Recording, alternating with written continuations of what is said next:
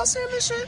Mr. President, you've talked recently about the idea of finding some way to get farm workforce and service sector workforce, and I think you've discussed somehow a program of people leaving on a sponsorship and coming right back. Can you give us a little more detail about that and why, in the view of some hardliners, it's not take care of our farmers and hotel workers and various other people that are working on it right now, and Ron's going to be involved, and you're involved already. So we have a lot of cases where ICE will go into a farm, and these are guys working there for 10, 15 years, no problem. The farmers know. We're going to put, it's called farmer responsibility or owner responsibility, where they're going to be largely responsible for these people. And they know these people. They've worked on the farms for 15 years, and all of a sudden, so I have a great, Ron does, Christy does, we have a great feeling for the farmer and for others in the same position.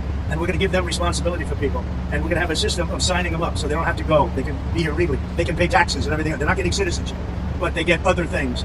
And the farmers need them to do the work. Without those people, you're not going to be able to run your farm. This just proves that individuals will just believe anything. Trump got in front of that press conference and told y'all that, hey, we got framework of a plan to kind of, help our farm workers out.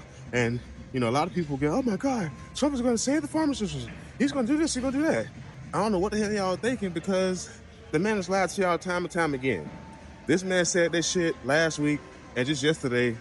Check this out.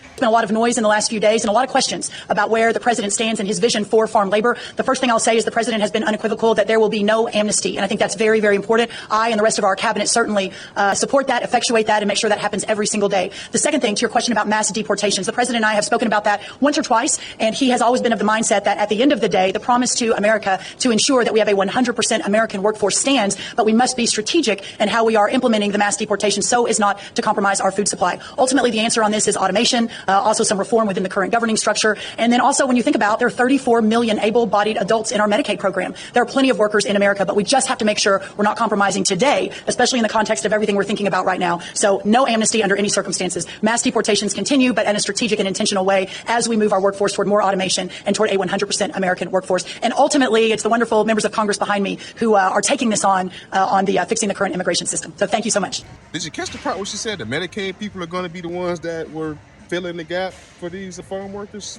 Yeah, what did that tell you? So no, there will be no amnesty program for farmers. The farm workers in Wisconsin and Nebraska and all the other places that majority of your staff is illegal immigrants, you're still fucked. Don't think that there's going to be some type of indentured servitude or chattel slavery type situation going on in America, because they're not.